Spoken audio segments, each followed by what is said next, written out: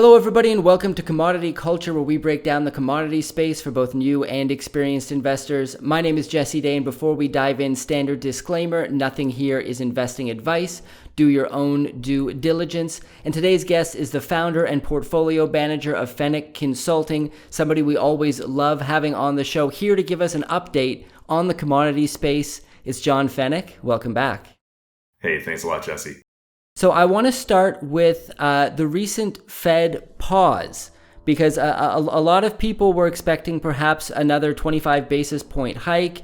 You described it before we started recording as a hawkish pause. So could you talk about why that is? And you mentioned that they talked about raising a couple more times this year. And this goes quite contrary to a lot of precious metals investors who've been talking about the fact that the Fed has to cut rates and it has to happen this year, a lot of people are saying. So what's your opinion on the matter? Sure. Thanks for having me back. The Fed yesterday we call it a hawkish pause because they are talking about two small rate hikes by the end of the year now. And that was kind of new information as far as I'm concerned, because there's so many that have been in the camp of a pause that leads to cuts, right? And we have not said that at all. And if you look at our work since March of last year, we thought that the Fed would go on a large, rate hiking, scenario, which has actually played out, right?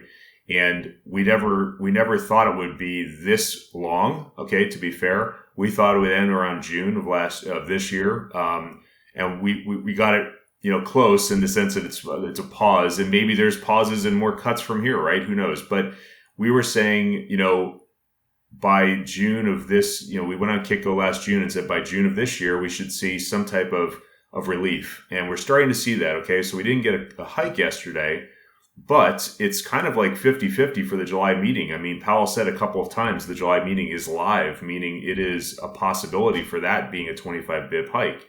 So, I don't think this is extremely bullish for, the gold and silver mining sector in general. But I think what investors need to do is, we've said this on your program since last year, is align themselves with a professional like myself and look at opportunities that are going to buck the trend based on news, right? So if the sector is going to be under a little bit of pressure, it doesn't mean that stocks can't do well. It just means you're going to have to do some more homework. And that's, I know, a pain, but it is something that is part of our business. You have to do the research to make money.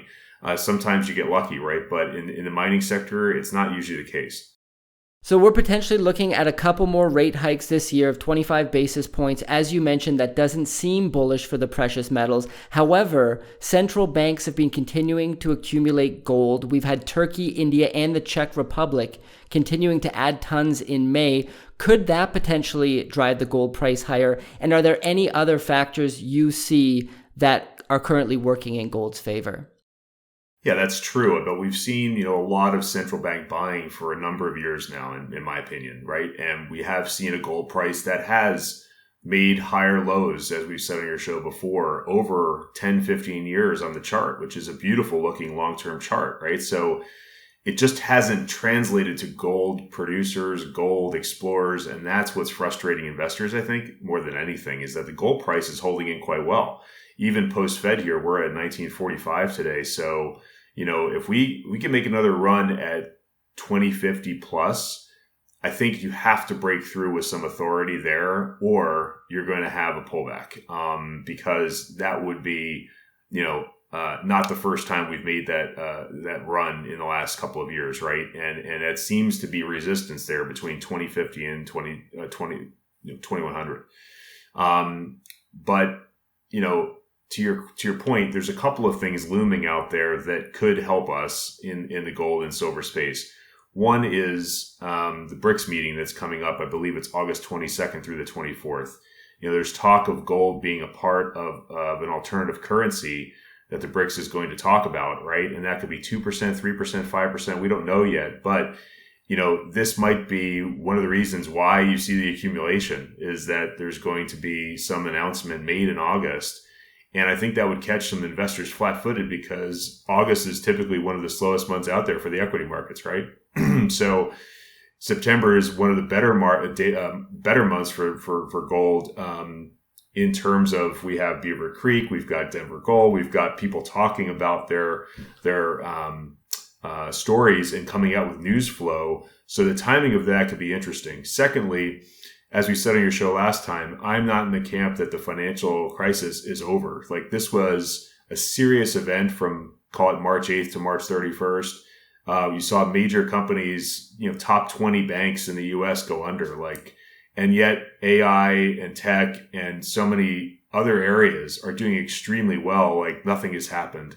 So that's really rookie kind of move, in my opinion. This is more of a melt up in the market than this euphoric rally, especially after the Fed yesterday. I mean, you would have wanted to hear Powell be more dovish and say, we're done for a while. That was clearly not what he said.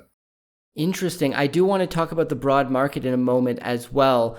But first, I'd like to talk about silver and then uranium, because we love uranium on this show. But first, I want to discuss silver, because Lobo Tigre has been pointing out lately that silver is acting a bit more like an industrial metal and has been tracking copper more closely than it does gold.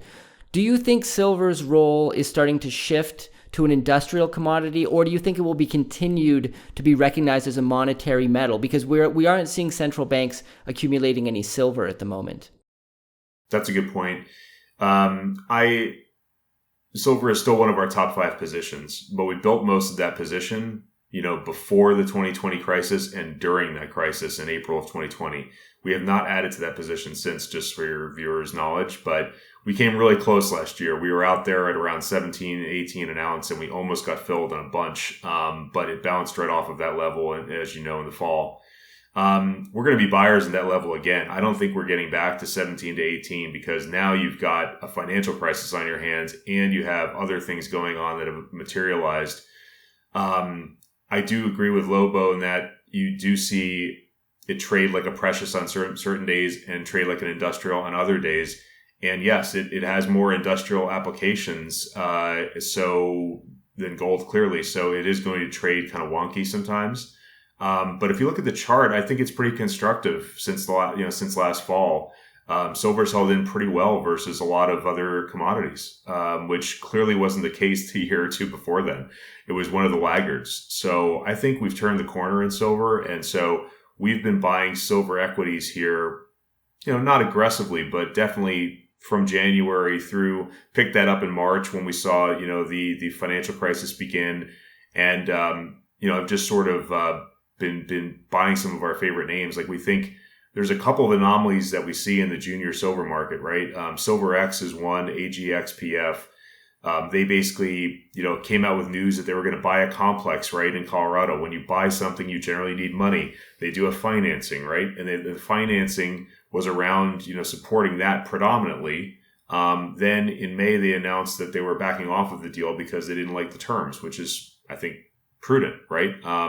But they still have a price that's dropped because they've done an equity financing, correct? So as investors, we take advantage of that and say, okay, well, they're going to get cashed up either way. So if they buy it down the road for a lower price or the same price, they're ready to go. But now they don't have to raise in a more difficult summer equity market, right? So they've got the cash on hand.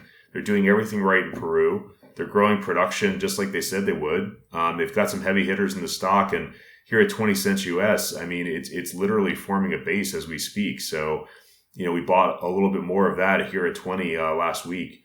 Another one I just talked to Jesse yesterday was Guanajuato Silver, which is GSVRF. They have a really interesting story. James Anderson was, doing that interview from one of the complexes in Mexico, and they have a really solid team in the field, not just a good leader in James. They've got Ramon, who basically has spent many, many years at Pan American and First Majestic, right? Like great silver companies, now working for a junior, kind of leading the charge down in Mexico for them. And we just think at 28 cents, it was at 49 cents a few months ago. So it's not in half, but it's getting close. And, we just think that some of this stuff is, when you look at the silver chart and how it's holding up, it doesn't make any sense, right? It's like the silver juniors are getting so beaten up when silver's just hanging in there. You'd expect if silver got to 18, sure, you're going to see some selling even at 20, right? But at 23.50, like, I don't think it's like a panic situation at all. Let's talk about uranium, because we've been seeing the spot price of uranium moving higher at a fairly decent pace recently. I had Mike Alkin on the show recently. He was also discussing how the long-term contracting is having higher ceilings on the price. So what do you make of this? And do you think the equities will eventually follow suit? Because that's what's had a lot of uranium investors, let's say, in a low sentiment recently. Yeah, I mean, the uranium price is broken out here. And if you look at leaders like CCJ, Cameco, I mean, it's a beautiful looking 3-year chart. It's not representative of all equities, to your point. A lot of the small and mid cap stuff hasn't done very well, and it has been frustrating for investors. But we would own a Cameco through something like URA, an ETF. So we play the entire space that way. We like URA. We think it's trading beautifully here, bouncing off of that 19 to 20 range and now approaching 23. Technically looks fine.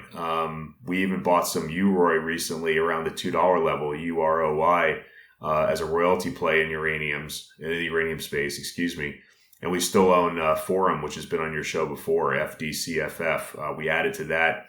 Believe it or not, it got down to 0.05. We added at 0.0523, and we added again at 6. So Jesse, one of the things that we do is we add multiple times to a name that we like, right? You can't always get the timing of an entry correct.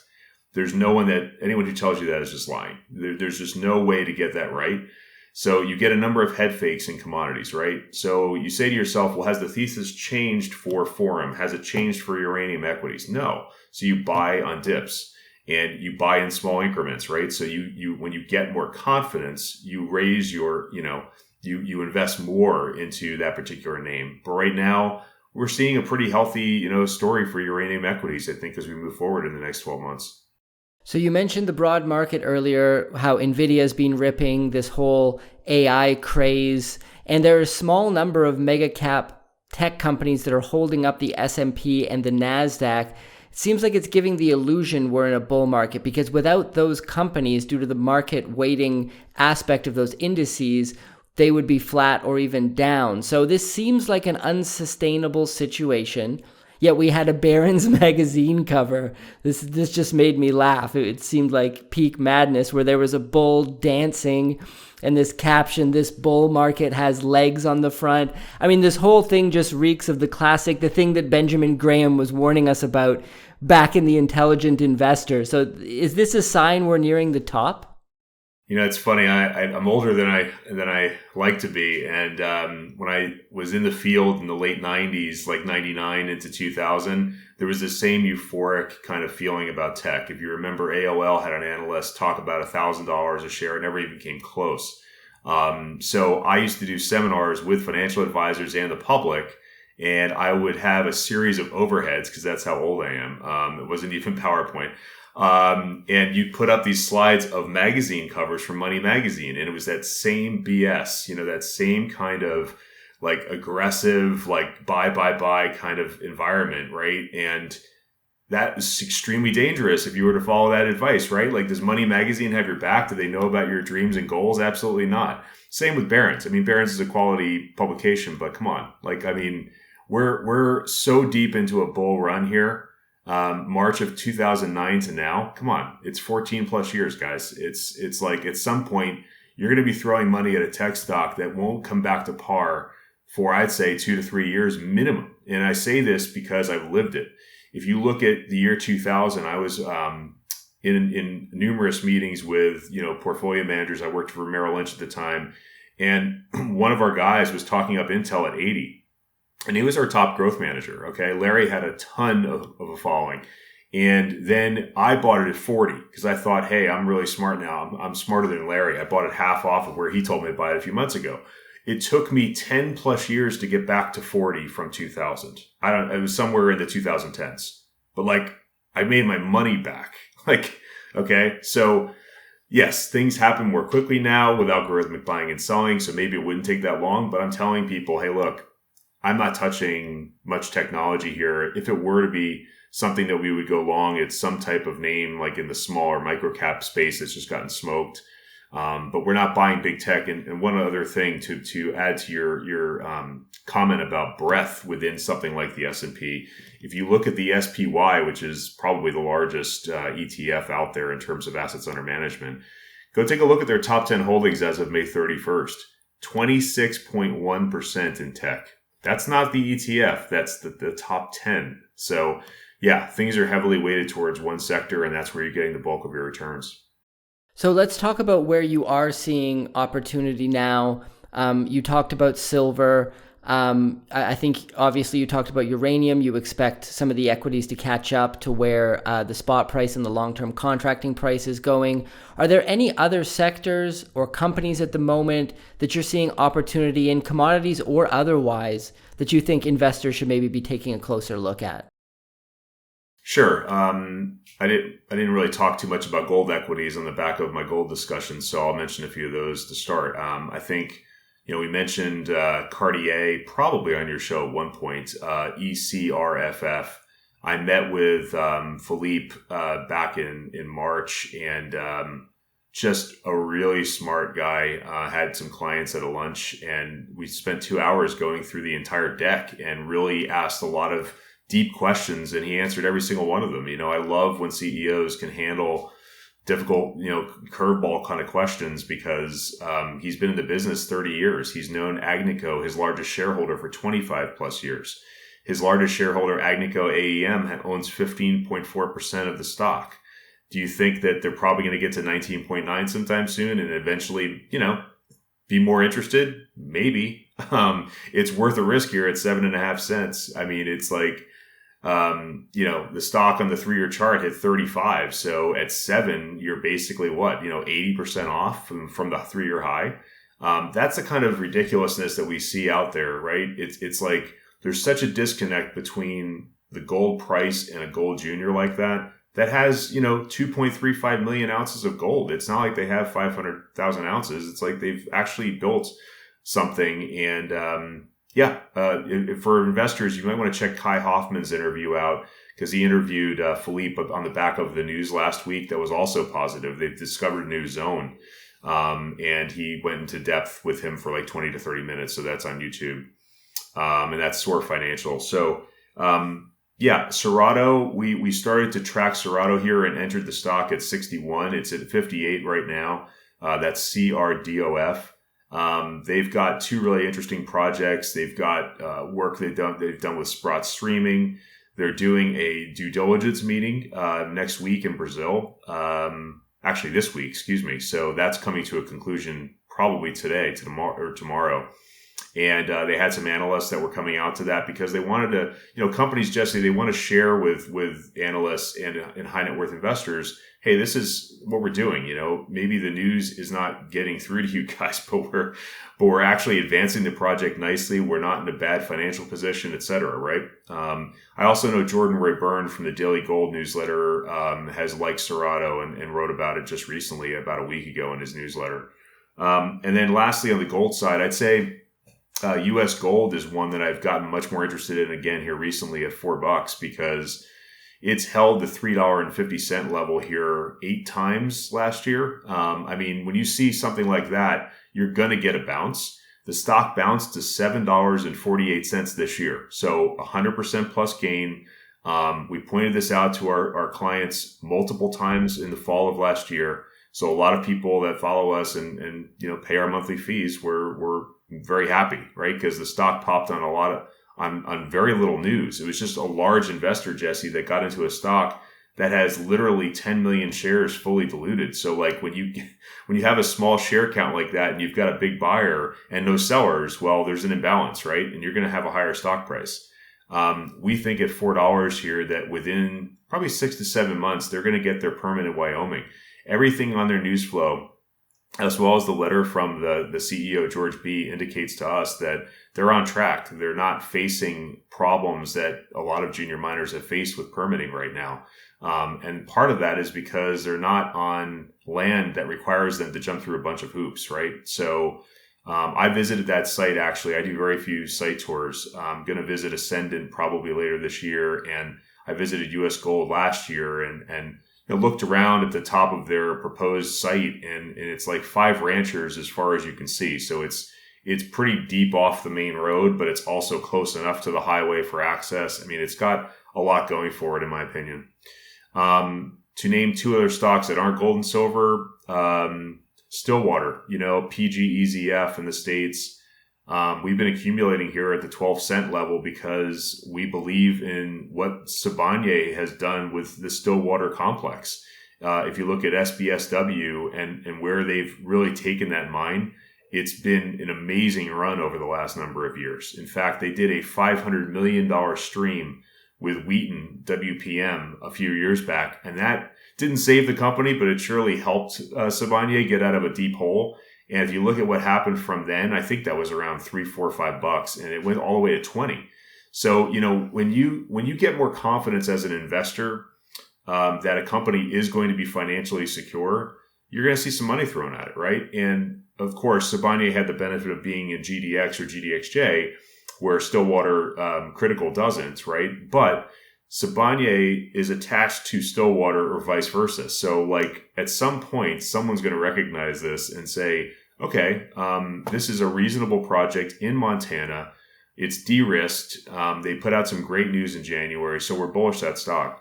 Also, World Copper here, WCUFF is trading at 11 cents. And, it had to do a financing a few months ago. It completed that successfully. It's put some pressure on shares. However, I think people need to remember that this company has 2 projects. One is in Chile, one is in Arizona here. And, either of those projects to me is worth 11 cents US. I think they are really undervalued versus some of the copper peers out there, because when you look at copper juniors, they've already done the work, Jesse, with PEAs. I mean, they've already put in these projects are more developed than people are giving them credit for, because a lot of times people like to throw money at a copper explorer, right? It's like, okay, they've hit one good hole, let's throw a bunch of money at it, but they still have to go through the process, right, of the 43101, the PEA, the PFS, etc. Go on World Copper's website and look at how developed these projects are. The one in Chile's got an IRR, internal rate of return, of about 45%, which is the highest IRR that we found in that region. And Chile's, top 3 in the world for copper production. So we think that they're cashed up for the rest of the year, and they're not getting any credit. And so we'll buy that as value managers too. Well, let's finish by touching on some market risks. Obviously, we've discussed the tech sector, how it's quite overbought. Obviously, the big risk is YOLOing into a stock like NVIDIA at this point. What else is out there? What are potential landmines you're seeing in the market and the economy that you think people should be paying attention to? When you look at the Wall Street Bets Reddit crowd kind of favorite stocks like AMC, GameStop, Bed Bath & Beyond, well, hey, Bed Bath & Beyond went out. They're done as of this year. They went bankrupt, right? So you could look at that chart over 3 years, easily a $20 stock, if I remember correctly, went to zero. GameStop had problems recently, like AMC. I'm not interested in the movie theater stock. There's just a massive amount of irrational behavior going on in the momentum growth space right now. And as a value manager, I'm biased. I see things the other way, right? I look for value. So of course I'm going to, take that side of that trade and not look at those kind of trades. I think that if you're looking at growth, you have to look at things like that would have a growth aspect to them, like a Pfizer, which is clearly bottomed here at the 35 level and now bouncing, right? Like that is more of a value core stock than it is a growth stock, but it could be a growth stock, right? Because look what they did during COVID. It's like things like that with a dividend are much more interesting to me than chasing some growth idea that I'm not even sure is going to work. We have been on your show talking about how we go long and short certain names from time to time, not in our mining or energy portfolio, of course, but, we basically are looking at, travel and leisure just rallying beyond belief here. Again, it's like, go look at Royal Caribbean, RCL at 95 plus. Like, does that mean that cruise ships are all of a sudden the best place to be post-COVID? Like, they're literally trading on the 3-year chart at like $1 or $2 off the high as we speak. Like, wow. I mean, I hope their revenues will support that in the next, couple of quarters. And that's what we see, right? It's like, I would look at that as more of a short opportunity than a long opportunity, because I've missed the boat. If I was going to go long RCL, I should have done it at 30 or 40 or 50. Now at 95, I'm like, I'm looking at this as there's got to be a pullback in here somewhere. I just think there's a catch-up trade, right? Of like people being trapped in their homes, wanting to put money to work in vacations, which is completely normal.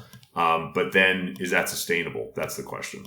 So we see there's a lot of risk out there in the broad market. We're not long a lot of stuff, but we love, certain mining stocks here, as we've talked on your show about. We really like the energy sector, which we'll talk more about in your next show.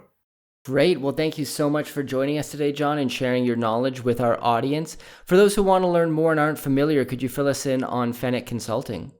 Sure. Yeah. The website's fenneckconsulting.com. I'll put some things in the show notes in terms of contact info. We've been at it, 4 years. We try really, really hard to understand where a client's coming to us from, right? If they're coming to us from Bitcoin, or if they're coming to us from, Wall Street bets kind of stocks, we don't want to talk to them usually, because I think we can't deliver the kind of returns that they would be interested in, right? So we politely tell them to go to a competitor. We want to work with people that see what we see, right? We see the Fed. We've talked about the Fed being hawkish into this year. That's worked. We've talked about the financial crisis. That is a question mark right now. Maybe I'm wrong. Maybe that was a blip, right? Maybe it was a blip. But we think that we can only just see from our subscriber growth, Jesse, that April and May were our two strongest months ever. So we have more and more high net worth clients coming to us and saying, hey, I need help with my portfolio. I need help understanding what I own. And, that's exciting, because there's more and more generalist investors that were in the broad market that are now saying, I need, to protect myself a bit more. We have a number of things on our website you can choose from, but we just lowered our prices here June 1st in an effort to try to, just align ourselves with investors that, are not doing as well as they may have hoped at this point in the sectors. Great. Well, I'll put links and all that information in the description below for anybody who wants to check that out. Thank you once again, John, and looking forward to having you on again to continue the conversation. Thanks a lot, Jesse. Commodity Culture is a series on commodities and natural resources. If you would like to see more, be sure to subscribe and hit the bell notification so you're always up to date with the latest episodes.